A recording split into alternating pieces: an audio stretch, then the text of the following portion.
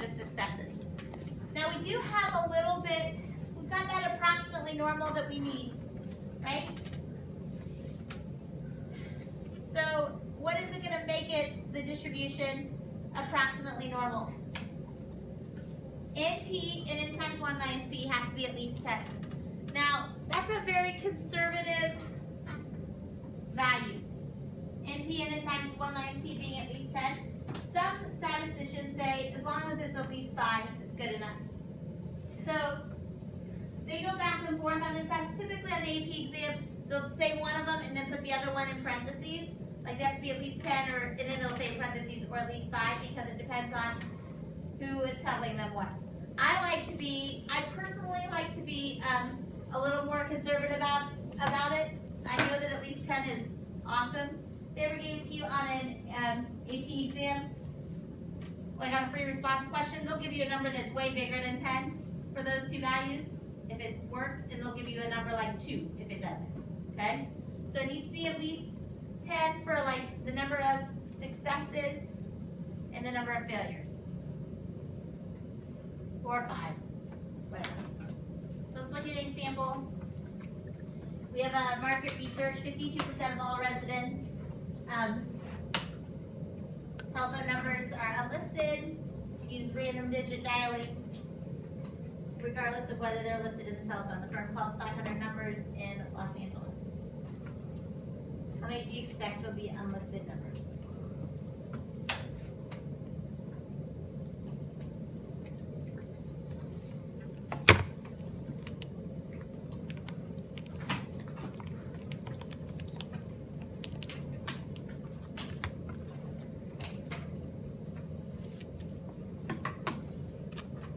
You got for me. How'd you do it? Good. So n times p, your average is your expected, 0.52 times 500. I would expect 260 numbers to be unlisted numbers. Okay, what's the probability? At least 310 of the numbers are unlisted. So let's think about this. N times p is 260. Is that way more than 10? Sure. How about how many failures would I get? Of the 500, what's the other side? 240. Is that way more than 10? Sure. So we're going to be able to make this work. It is going to form a nice normal distribution. So the shape will be normal. The mean is what? 260. What's the standard deviation?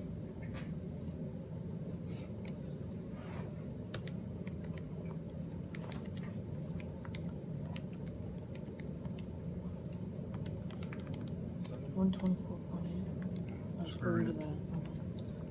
11.17. One more decimal.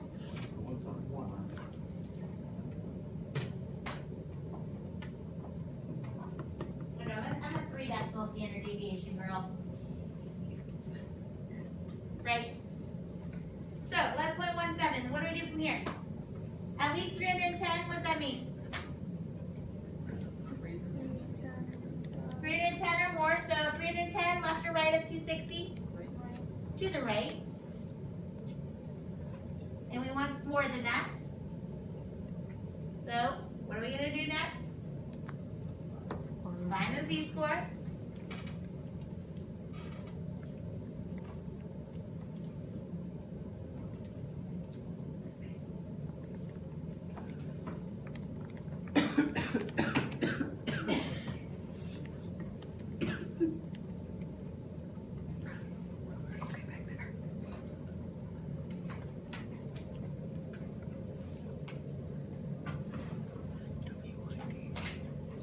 What you got?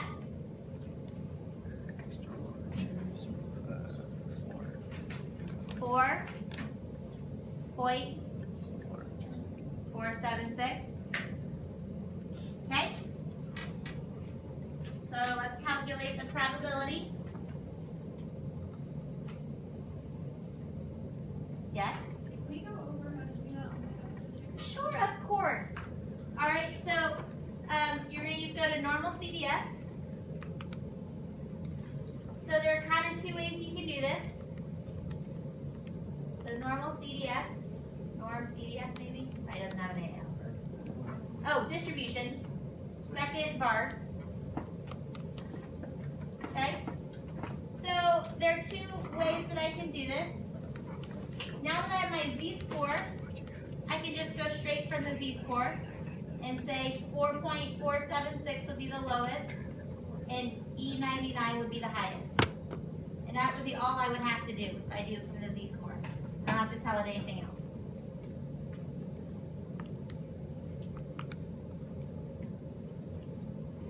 Or I can go from the mean and standard deviation, and I would say norm CDF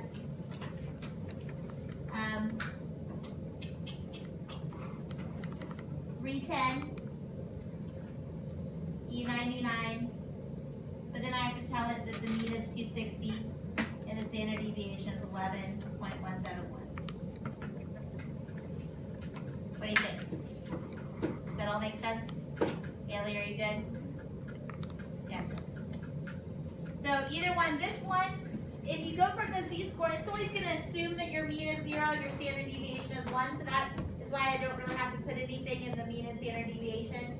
But if I'm going to do it with a different mean and standard deviation, I'm going to do this. Your decimals might be off by a little bit, but it shouldn't be off by much. So what'd you get? 0.00003. Maybe one. How many O's? 5.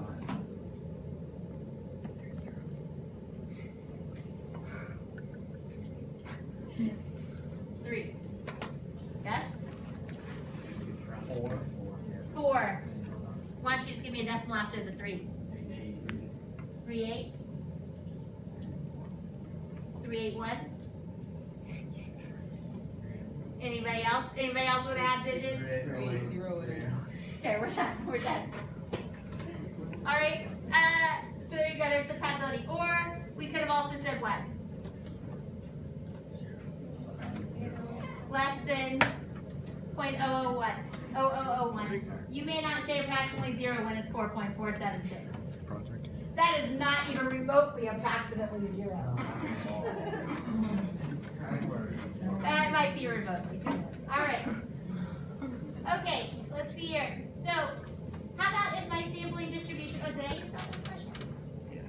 Yeah. All right. Cool. All right. Good. All right. How about if my sampling distribution is in terms of a proportion?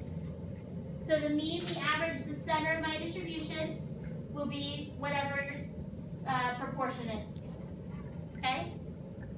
The standard deviation, of course, is the standard deviation divided by the square root of n.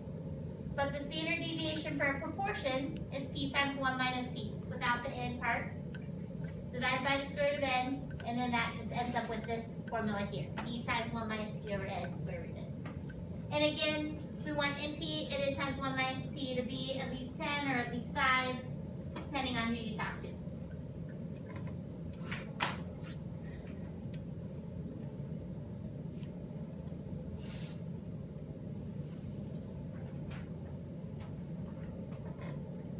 Okay.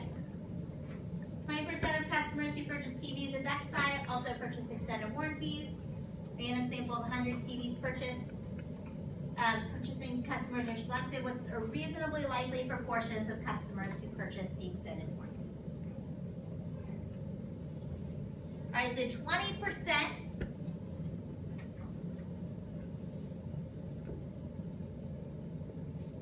supposedly purchase warranties. Yes? So what should be my middle? 20%. 20% of 100, what is that? 20. How many? So I should have about 20 successes and how many failures? Are both of those at least 10? Or how about at least 5? Yes, they're at least 10 or at least 5. So we can do this. It's going to form our normal distribution. So let's draw our picture. The middle is 0.2. 20%, whatever you want to say.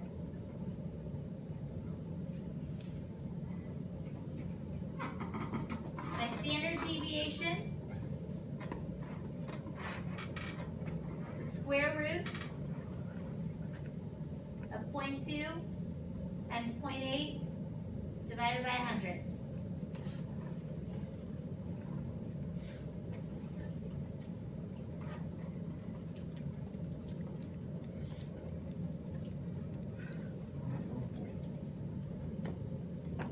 Words?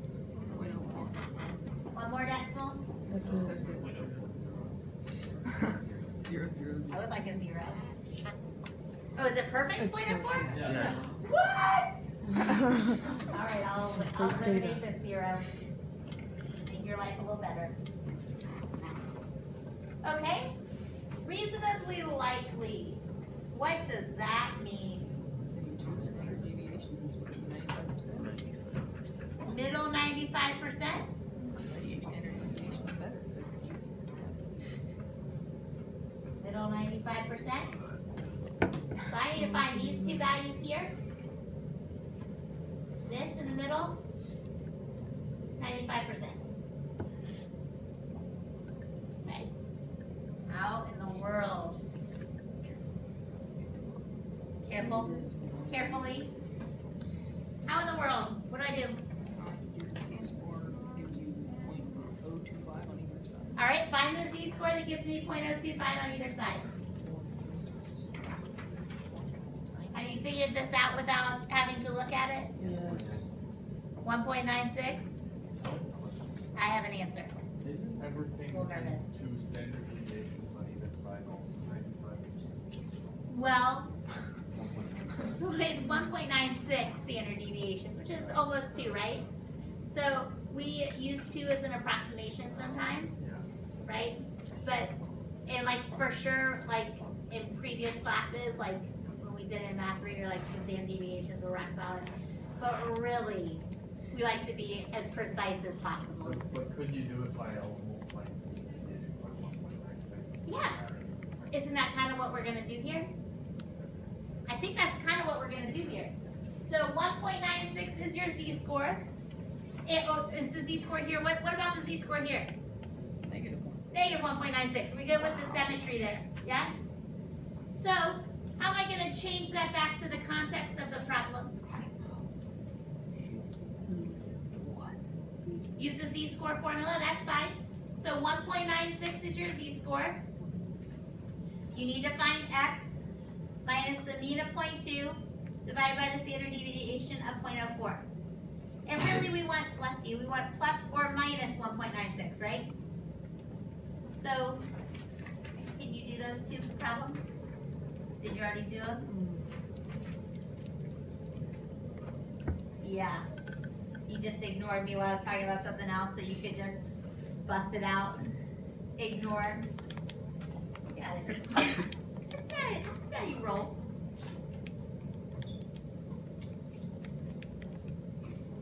So I can multiply by 0.04.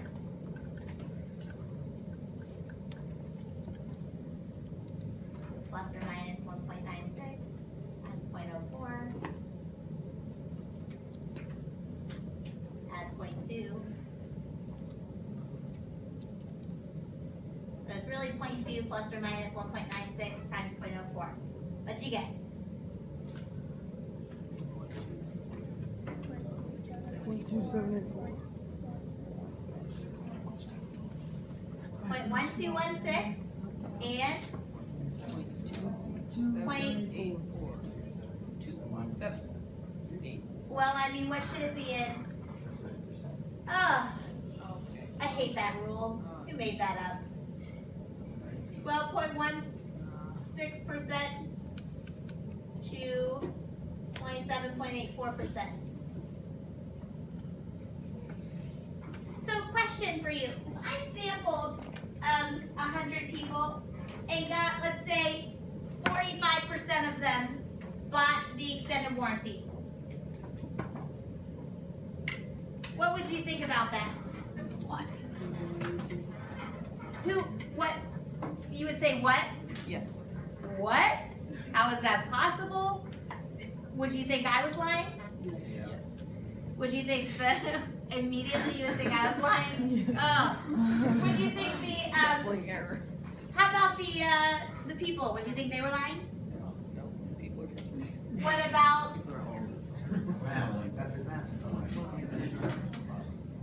What about the 20%? Could that be wrong? No. No, that one's for sure right.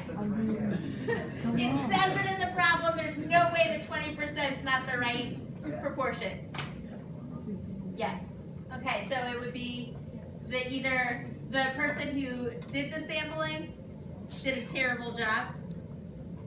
Well, I mean, let's not point at me because I would never do a terrible job sampling. Or it is the people lying. What kind of bias is that? People lying. People with incorrect response bias. A response bias of some sort, quote unquote. Fear of the survey. Oh yeah, of course I bought a.